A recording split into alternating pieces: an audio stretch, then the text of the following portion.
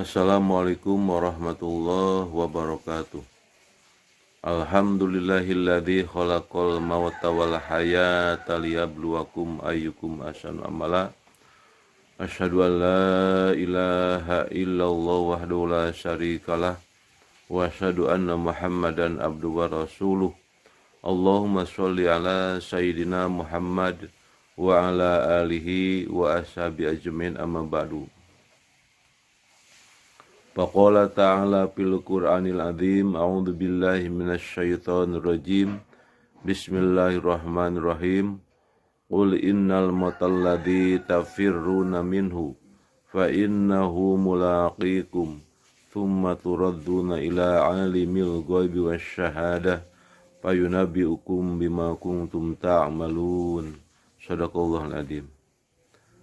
Sadaya puji kasangakeun ka Allah Subhanahu wa taala. Sholawat sareng salam mugia tetep dilimpahkeun ka Kangjeng Nabi Muhammad sallallahu alaihi wasallam. Teu hilap ka kulawargina, para sahabatna, oge para pengikutna dugi kamil akhir. Amin ya Allah ya rabbal alamin. Dina tausiah ayeuna ngadugikeun dina surat Al-Jumu'ah ayat 8 Allah ngadawuh, a'udzu billahi minasyaitonir rajim.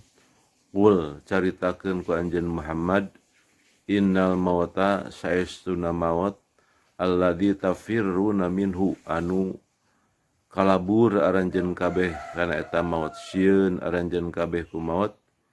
Fa innahu mulaqikum, padahal maut mah bakal nepungan aranjeun kabeh. Tsumma turadduna ila alimil ghaibi wasyahadah, tuluy dibalikeun aranjeun kabeh kanu uninga kana gaib sareng anu nyata. Fayunabbiukum bima kuntum ta'malun, bakal ngabejakeun ka aranjeun kabeh naon anu geus dipigawe ku aranjeun kabeh. Dina eta ayat ngadugikeun yen maut teh dipikasieun ku aranjeun kabeh, dipikasieun ku manusia. Moal aya manusia anu hayang maut, tapi salah sawios keterangan ngadugikeun yen aya jalma nu ngarep-ngarep kana maut tilu golongan. Anu dua golongan kalebetkeun awon dilarang ku Allah Subhanahu wa taala. Hiji golongan memang dianggap sae munggu Allah Subhanahu wa taala. Mana nu tilu golongan ka hiji golongan jalma anu ngarep-ngarep hayang geus maut. Nyata jalma nu jahilun ma ba'dal maut, jalma nu bodoh kana naon anu bakal kakeunaan, naon anu bakal ka alaman dina sabada maut.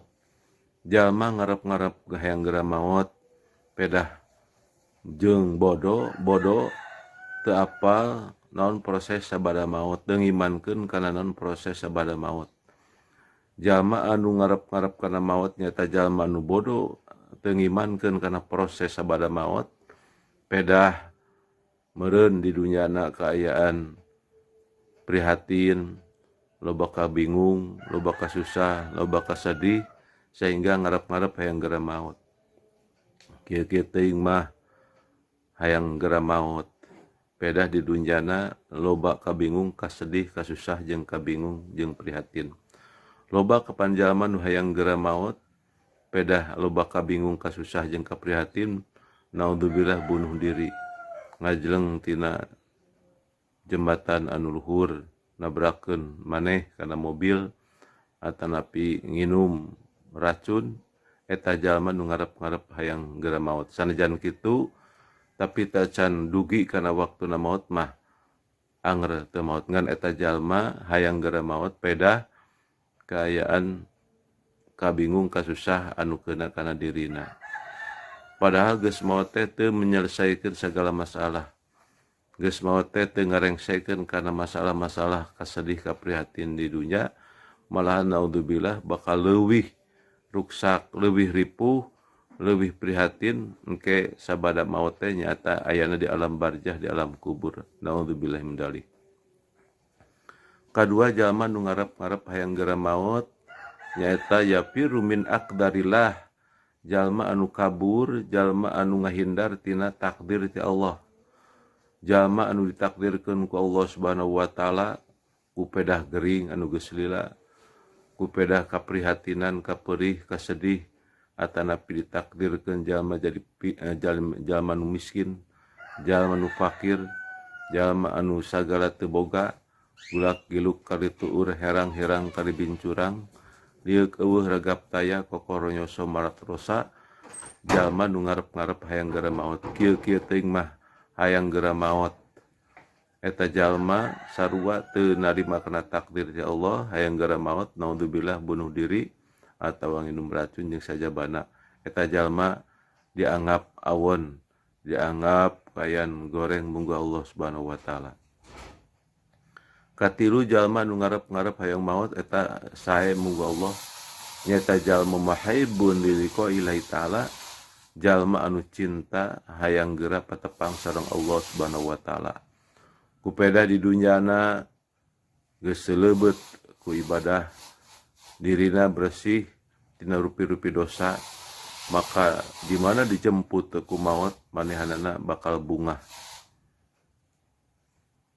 Jalma anu ngarep-ngarep kana maut anu dua awon munggu Allah, anu kahiji munggu Allah memang sae. Padahal maut teh bakal datang ka aranjeun kabeh. Sanajan urang ngahindar, Allah ngadawukeun likulli ummatin ajal fa idza jaa ajaluhum la yastahiruna sa'ata wa la yastaqdimun. Sakabeh jalma ngabogaan ajal, di mana datang ajalna moal bisa diheulakeun jeung moal bisa dipanderikeun. Jalma anu kaayaan geus datang kana ajal, maka eta jalma lamun alus budi pekertina, alus akhlakna, maka bakal bungah patepang sareng Allah Subhanahu wa taala. Tapi sabalikna jalma di mana tara ibadah, tara salat, ngalakukeun kagorengan-kagorengan, maka di mana dijemput ku ajal, di mana sakaratul maut, kabeh jalma dina nalika sakaratul maut mah iman. Hartosna ngayakinkeun, nganyatakeun yen sagala rupi hal anu digaibkeun, sagala rupi hal anu cacan kapendak teh model surga jeung neraka ditemongkeun ka jalma anu dina nalika sakaratul maut. Maka jalma anu dina sakaratul maut anu jalma nu goreng, jalma nu tara salat tara ibadah, maka ngajerit maratan langit ngoceak maratan jagat, hayang dibalikeun deui rohna, hayang dihirupkeun deui ku jangjina hayang ibadah ka Allah Subhanahu wa taala. Dan Al-Qur'an ngadugikeun Allah, Rabbi laula akhartani ila ajalin qarib fa asaddaq wa akum minas sholihin. Tek jalma anu dina nalika sakaratul maut ngajerit maratan langit ngoceak maratan jagat, Gusti uang sulkeun deui nyawa abdi, abdi bade jadi jalma soleh jeung jadi jalma tukang sedekah. Da puguh dina hirupna tara salat tara ibadah ka Allah, da puguh numpuk-numpuk hartana, loba hartana, dan pernah nyisikeun saseureun sabeunyereun, nulung kanu butuh nalang kanu susah, tina eta harta ditumpuk-tumpuk. Nalika dijemput ku maut maka manehna janji lamun dihirupkeun deui rek jadi jalma soleh, jeung lamun dihirupkeun deui rek jadi jalma anu sedekah atanapi tukang dermawan, nulung kanu butuh nalang kanu susah. Umargi kitu mudah-mudahan urang sadayana di mana urang amal ibadah ka Allah Subhanahu wa taala lain hartos ngarep-ngarep kana maut, tapi urang kudu persediaan kana naon amal urang di dunya pikeun jaga bekal di alam barzah, di alam akhirat. Mudah-mudahan urang sadayana nalika hirup di alam dunya ieu, amal-amal urang sadayana anu geus dilakukeun, anu awon, anu ngarempak tina larangan Allah urang enggal ditobatan. Tobat ka Allah Subhanahu wa taala anu Allah ngadawukeun di antabisna da maut bakal tepi, bakal datang ka urang sadayana. Rasulullah sallallahu alaihi wasallam ngadawukeun di antawisna innallaha la yaqbalu taubatal abdi malam yugorgir. Allah bakal narima kana tobatna jalma tobat kecuali jalma anu keur sakaratul maut rohna ayeuna kakarokan jeung gerong. Sanajan urang dosa sadayana seueur dibandingkeun jeung teusik lautan ngampar keneh dosa urang.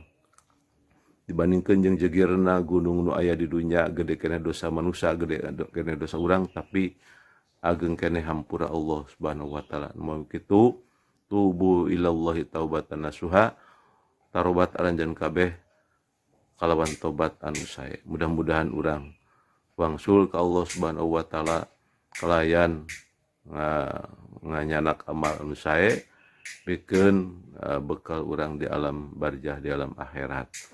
Wallahu alam. Assalamualaikum warahmatullahi wabarakatuh.